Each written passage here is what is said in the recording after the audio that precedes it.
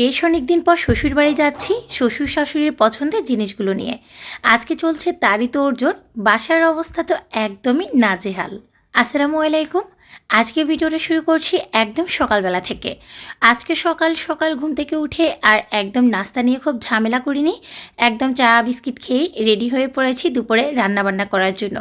কারণ আবার বিকেলবেলায় শ্বশুরবাড়ির উদ্দেশ্যে রওনা দিব। সেই যে রোজার ঈদে গেলাম, তারপর কিন্তু আমার শ্বশুরবাড়িতে আর যাওয়াই হয়নি।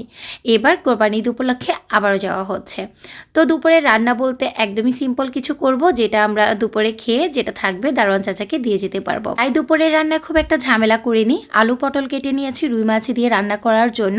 সেই সাথে মুরগির মাংস রান্না করব আলু দিয়ে ঝোল করে। ঝালটা একদমই কম দিব, যাতে সাফওয়ানকেও এই একই খাবার খাইয়ে নিতে পারি। যাই হোক, আগের দিন রাত থেকে প্রচুর ঝামেলা যাচ্ছে, ঘরদোর পুরো এলোমেলো হয়ে আছে। জামা কাপড় গোছ গাছ বাসা পরিষ্কার সব কিছু মিলিয়ে অনেক হিবিজিবি অবস্থা ছিল আমার। সব কিছু আপনাদের সাথে ইচ্ছে থাকলেও শেয়ার করা হয়নি, কারণ যেহেতু বিজনেস নিয়ে ঈদের সিজন অনেক ঝামেলায় ছিলাম, তাই যতটুকু যা পেরেছি ততটুকু ছোট ছোট করে ভিডিও আকারে ধরার চেষ্টা করেছি। তো দুপুরে রান্নাটা বসিয়ে দিয়েছি। বসিয়ে দেওয়ার পর আমি অপেক্ষায় আছি, কারণ বেশ অনেক দিন পর শ্বশুরবাড়ি যাচ্ছি, খালি হাতে তো আর যাওয়া যায় না। আর শ্বশুর শাশুড়ির জন্য তাদের পছন্দের জিনিস নিয়ে যেতে পারলে আমার নিজের কাছেও ভালো লাগে। আর এটা কিন্তু প্রথম না, যবে থেকে হচ্ছে আমি নিজে ইনকাম করা শুরু করেছি আলহামদুলিল্লাহ, তবে থেকেই আমি চেষ্টা করি প্রতিবার যাওয়ার জন্য আমার নিজের ইনকামের টাকায় শ্বশুর শাশুড়ির জন্য টুকটাক কিছু নিয়ে যাওয়ার এবং তাদের খুশি করার। এবারও তার ব্যতিক্রম কিছুই হয়নি। আমার শ্বশুরের যেহেতু আম অনেক বেশি পছন্দের, বলা চলে উনি ভাত না খেয়ে এই পুরো আমের সিজনে আম খেয়েই থাকতে পছন্দ করেন। তো তার জন্য একদম সরাসরি রাজশাহী থেকে আমি আম অর্ডার করেছিলাম। আর এই তো অপেক্ষা ছিলাম যে কখন আমটা আসবে, কারণ এই আমটা নিয়েই আমরা নোয়াখালীর উদ্দেশ্যে রওনা দিব।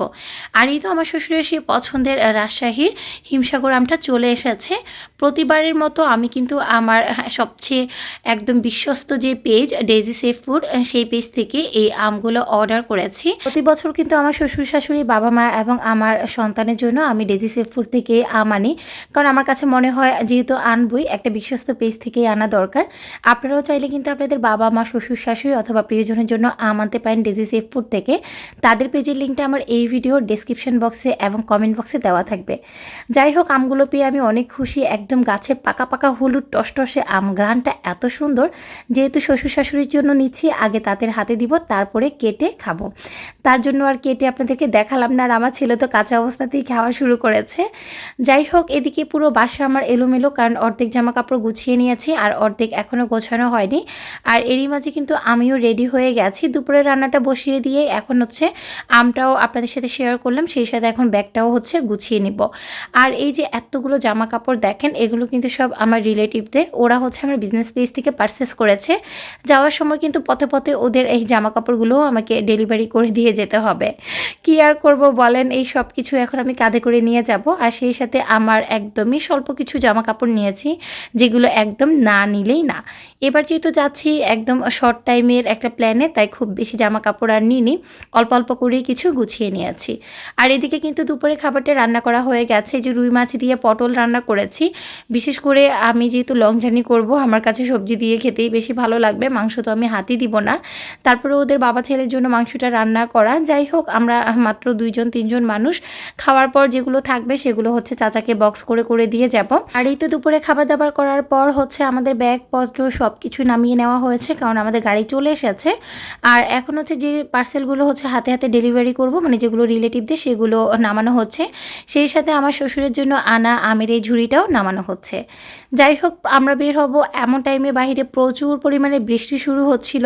আর এই বৃষ্টি দেখে আমার মনটা একদমই খারাপ হয়ে গেছে, কারণ ঝড় বৃষ্টির দিনে আমার একদম লং জার্নি করতে ভালো লাগে না, রাস্তায় প্রচুর পরিমাণে রিস্ক থেকে যায়। তারপরেও কি আর করা, যেহেতু সব কিছু রেডি, বের তো হতেই হবে। তো আমি একবার সব দরজা জানালা সব কিছু চেক করে নিচ্ছি। আপনাদের ভাইয়াও কিন্তু অলরেডি রেডি হয়ে গেছে এবং সাফওয়ানা সুমাইয়া কিন্তু নিচে নেমে গেছে। তো শেষবারের মতো দরজা জানালা সব কিছু চেকচাক করে এখন হচ্ছে লাইট বন্ধ করে আমরা বের হয়ে পড়ছি। প্রতিবার দেখা যায় কোথাও যাওয়ার সময় এই একটা টেনশন থাকে, আমি একবার বন্ধ করার পর আপনাদের ভাইয়া আবার চেক করে, আবার আপনাদের ভাইয়া বন্ধ করার পর আমি চেক করি, না জানি কোথাও কোনো লাইট অন হয়ে আছে কিনা। আর এই তো গাড়ি চলে এসেছে, আমরা এখন গাড়িতে উঠবো আর আল্লাহর নাম নিয়ে রওনা দিব। ইনশাল্লাহ পরবর্তী ভিডিওটি এর পরবর্তী ব্লগে শেয়ার করব। আজকের মতো তবে বিদায় নিচ্ছি, ভালো থাকবেন, আল্লাহ হাফিজ।